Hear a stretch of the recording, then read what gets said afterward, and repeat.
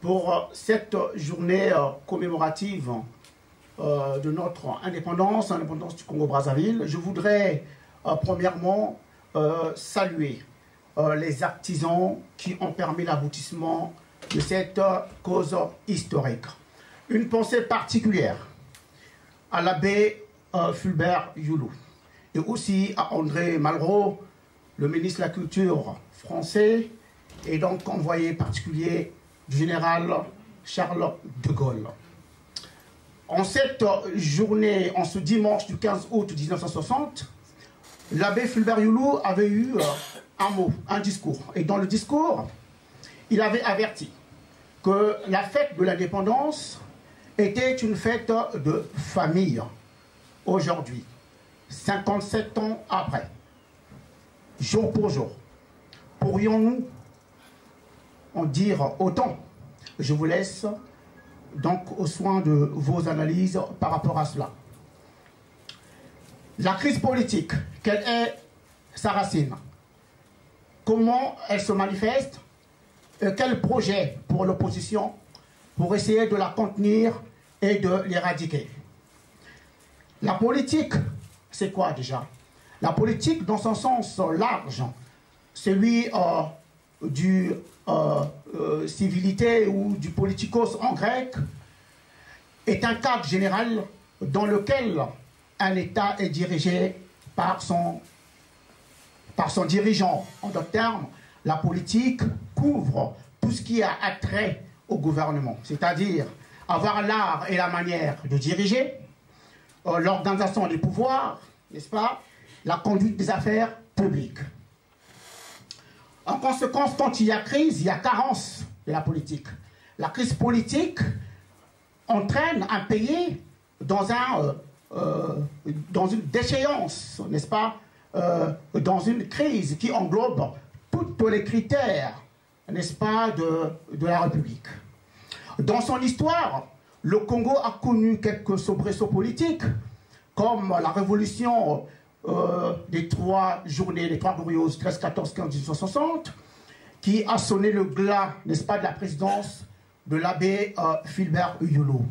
On a aussi eu un coup d'État, le coup d'État, je ne sais pas s'il faut l'appeler un coup d'État militaire ou politique, qui a donc précipité la démission du président Massamba Deba. Et puis, on a connu l'assassinat tragique de Marion Rabi. Après, nous avons connu la conférence nationale, qui était un moment solennel, où tout a été dit, les choses ont été dites, il y a eu des résolutions, les responsabilités ont été connues, n'est-ce pas?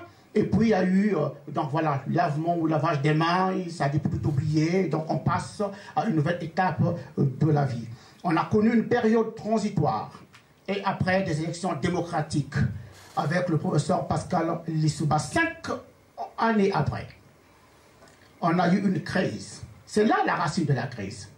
C'est-à-dire que le coup d'État de M. Sassou Nguesso, qui est arrivé au pouvoir avec l'aide des forces étrangères, dans une armée d'occupation, le pays est occupé par des forces étrangères, sous le pilotage de la France par Jacques Chirac, et quelques temps après, Sassou Nguesso s'est autoproclamé président de la République. C'est là la crise. Après, voilà, dans le déni de la démocratie, instauration donc de la dictature. Et cette crise politique, aujourd'hui, a conduit le pays dans une endormie économique, dont les manifestations telles que nous connaissons aujourd'hui, une dette galactique, n'est-ce pas, de 120% de notre produit intérieur brut,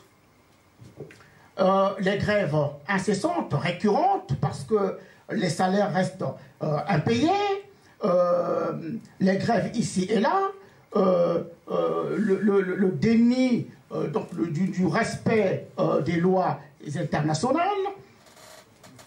Et voilà.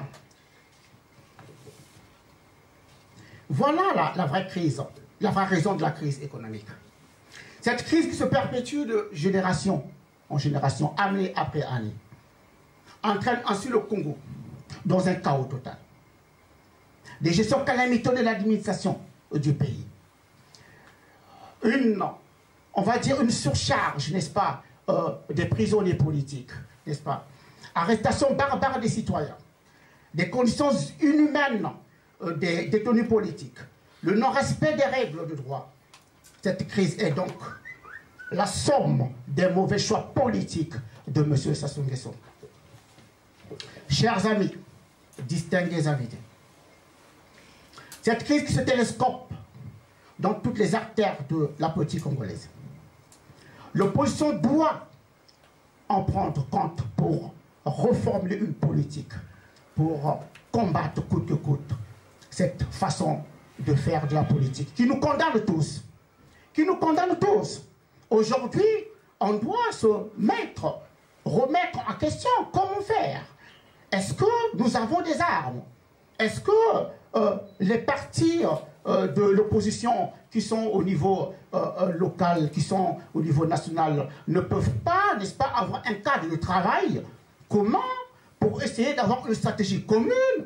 Si le parti de l'opposition, le collectif de M. Ndion, et si cette opposition est vraie, et que finalement de l'autre côté, avec M. Boao, si les deux partis de l'opposition, puisqu'ils s'opposent à la politique qui est menée de M. Sassou Nguesso, s'ils pouvaient avoir un cas de travail, et que ce cas de travail puisse avoir un réseau, un flux de communication avec une représentation de la diaspora, pour une percussion majeure de nos travaux, ce serait déjà quelque chose de gagné. Nous avons besoin de prendre de la hauteur par rapport à... Nous avons dit des choses, nous avons essayé des choses, nous sommes dans des projets de stratégie politique pour essayer, n'est-ce pas, d'avoir un rapport de force. Parce que l'idée aujourd'hui, c'est d'arrêter cette mascarade. Qu'est-ce qui va payer cette dette? C'est une mauvaise politique. Qu'est-ce qui va la payer aujourd'hui? On nous pond aujourd'hui, dans le discours de M. Sassou Nguesso, qu'il va y avoir des coupes budgétaires, n'est-ce pas, des restrictions budgétaires, et des diminutions de salaire, alors que c'est lui la caution morale, n'est-ce pas, de cette crise politique. C'est à lui de résoudre ce problème. Il faut qu'il se refaire, qu'il voit avec, dans son clan, dans des évasions fiscales, il faut qu'il ramène l'argent et qu'il paye cette dette. Ce n'est pas à la population de la payer. Nous n'allons pas porter cette charge, c'est à lui de le faire. Il nous faut une organisation à la hauteur de ce problème. Nous devons monter en puissance, nous devons arrêter de nous perdre dans des conflits un peu, dans des petitesses, n'est-ce pas, des conflits qui n'apportent pas grand-chose. Aujourd'hui, on est le 15 août, la journée de l'indépendance. Normalement, on devait se retrouver dans un cadre où, voilà, dans une festivité où on est content. Mais non, aujourd'hui, il y a des bombardements, il y a des gens qui meurent, il y a des retraités qui n'ont pas été payés pendant beaucoup d'années. Il faut faire un tour à Brazzaville, au niveau de la crèche, pour voir ces pauvres parents, nos vieux qui ont dignement travaillé, qui ont dignement cotisé. Aujourd'hui, ils sont abandonnés. Et aujourd'hui, Sassou Nguesso, il vient nous dire qu'il va y avoir un effort social, alors que c'est lui la cause de ce débâcle, de cette perdition, n'est-ce pas? C'est lui la cause. C'est à lui de résoudre ce problème. Dans des mauvais choix politiques, dans des contrats de gré à gré ambigus, c'est à lui de le faire. Nous avons donc matière, n'est-ce pas, à travailler en toute intelligence. Il nous faut un réseau de communication, d'échange d'informations pour une réelle percussion de nos travaux. Nous nous encourageons. Nous nous encourageons parce que le combat, on l'avait entamé, mais elle continue. Il est question de terminer, de finir avec cette politique. Je vous remercie.